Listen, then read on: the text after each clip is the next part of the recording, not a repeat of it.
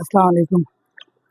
তো বাইকটা মূলত ছিল বাসায় পড়েছিল তো অনেকদিন যাবৎ। তো এমন একটা জায়গায় রাখছিল, একদম কাদা জমে গেছিল। মানে বাইরে উঠে দেখেন আমি পুরোটাই খুঁজছি এটা।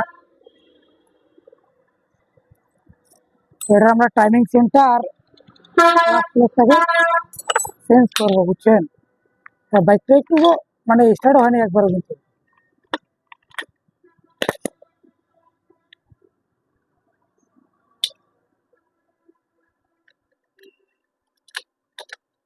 যেহেতু ফার্স্ট মডেলের বাইক বুঝতে যেতে পারছেন, দেখছেন ক্লাস প্লেটের অবস্থা।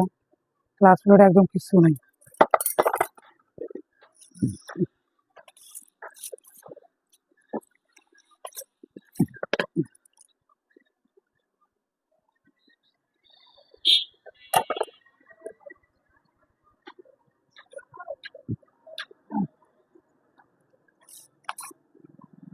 তো এটা আমরা এই ক্লাস প্লেটটাকে ফেলাই দেবো।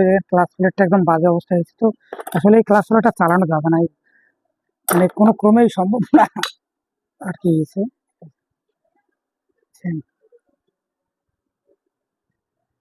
এগুলো আসলে আর কি, এই যে কম দামের ক্লাস প্লেট কি যেন কোম্পানি একটা লাগাইছে, বাজারে পাওয়া যায়। হ্যাঁ, এই অল্প টাকা ভালো জিনিস খোঁজে না, অনেকে পাবলিক আছে না, তখনই কিন্তু মারাটা খায়। তারা প্রেসার প্লেট দিয়ে কি সুন্দর করে ইয়ে করতে দেখছেন, কাজটা মোটামুটি ভালো লাগলো। বাট এই গোড়াটা কাটিয়ে দেওয়া লাগে, যেহেতু প্রেসার প্লেট মানে মিলে নাই, এই জন্য কি করছে, এই কাজটা করছে। ক্লাস বাড়ির অবস্থানটা দেখাই, দেন ক্লাস প্লেটের সবগুলোটাই খাট।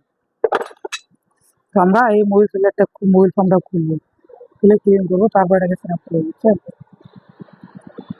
আর এটা হচ্ছে পিছিয়ে টার্নিং চেন আমাদের।